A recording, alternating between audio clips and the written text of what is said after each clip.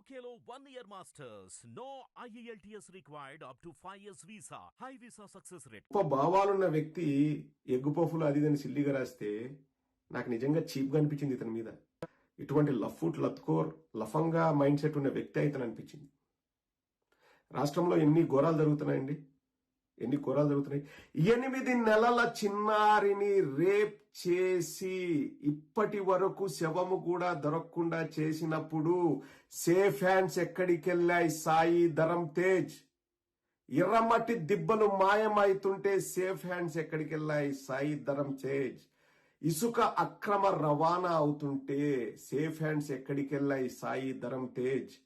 ఒక అమాయకపు వ్యక్తిని రోడ్డు మీద నరికి నరికి నరికి చంపుతుంటే ప్రజలందరూ చూస్తుండగా చిత్రీకరిస్తుండగా సేఫ్ హ్యాండ్స్ ఎక్కడికి వెళ్ళాయి?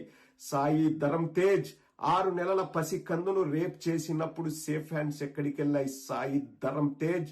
అనంతపురం జిల్లాలో 6 నెలల పసి కందును తొట్టిలో ముంచి చంపి తను ఆత్మహత్య చేసుకొని ఈ సమాజానికి భయపడి ఈ గవర్నమెంట్ కు భయపడి ఒక మహిళ ఆత్మహత్య చేసుకున్నప్పుడు సేఫ్ హ్యాండ్స్ ఎక్కడికి వెళ్ళాయి? సాయి ధరమ్ తేజ్.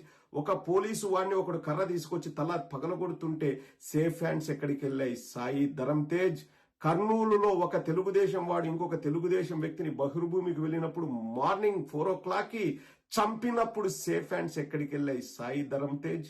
సిగ్గు లేకోకుండా అభ్యుదయ భావాలున్నాయి, ఆడపిల్లలకు నేను రక్షణగా ఉంటా అని చెప్పి ఈ సిగ్గులేని బతుకు బతికే ఈ సాయి ధరమ్ తేజ్ ఈ రోజు వచ్చేసి నేను మర్యాదగా మాట్లాడుతుంటే ఎగ్ పఫ్ల గురించి మాట్లాడతాడా? నేను దానికి ఎగ్ పఫ్లను కౌంటర్ చేస్తూ రిప్లై కూడా ఎందుకు పెట్టలేదంటే ఈ లత్కూరగాళ్ళు ఈ చిల్లరగాళ్ళు అంతా వచ్చేసి నువ్వు భయపడ్డావు, నువ్వు ఇది చేసావు అని మాట్లాడతారని నాకు తెలుసు, ఎక్కడ కొట్టాలో తెలుసు. కాబట్టి నేను అడిగిన ప్రశ్నకు సమాధానం చెప్పలేక 15 ఏళ్ల 7 నెలల బాలికతో వాళ్ళ తమ్ముడు రొమాన్స్ చేస్తూ 10 మందికి ఏం చెప్పాలని నేను అడిగినప్పుడు సిగ్గు లేకోకుండా భయపడి పారిపోయాడు ఈ సాయి ధరమ్ తేజ్. ఎక్కడికి పోయాయి నీ సేఫ్ హ్యాండ్ సాయి ధరమ్ తేజ్? అన్నా క్యాంటీన్లలో దరిద్రమైన అపరిశుభ్రమైన నీళ్లలో ప్లేట్లను కడుగుతుంటే సేఫ్ హ్యాండ్స్ ఎక్కడికి పోయాయి?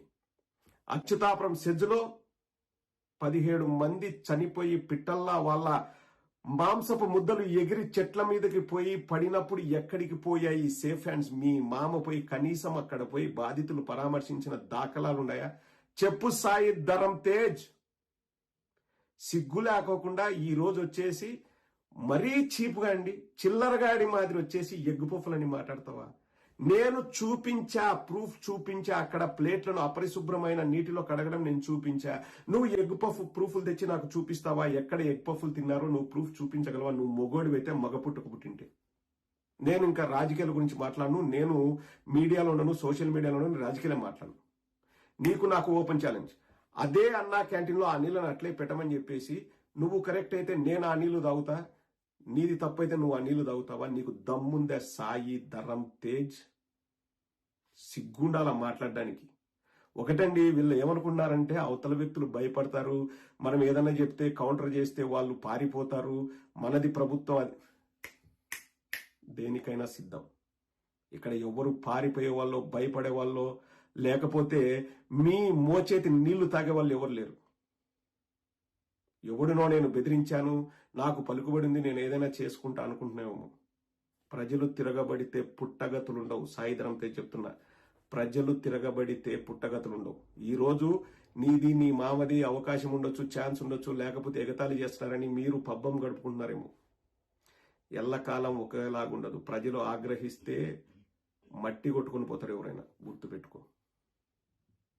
నువ్వు ఏదో మాట్లాడితే కౌంటర్ లేక భయపడి పారిపోతాం, అన్నిటికీ రెడీ రాబోయ్. ఒక్క ముక్కలో చెప్పాలంటే అన్నిటికీ రెడీ. మీరు ఒక్క మాట అంటే మేము 10 మాటలు అంటాం విత్ ప్రూఫ్స్. నీ దగ్గర దమ్ము ధైర్యం ఉంటే ఎగ్ పఫ్ల గురించి నువ్వు ప్రూఫ్లు పెట్టు. అక్కడ అపరిశుభ్రమైన నీళ్లలో ఆ ప్లేట్లు ముంచారని నేను వీడియో పెట్టి మరీ మాట్లాడా.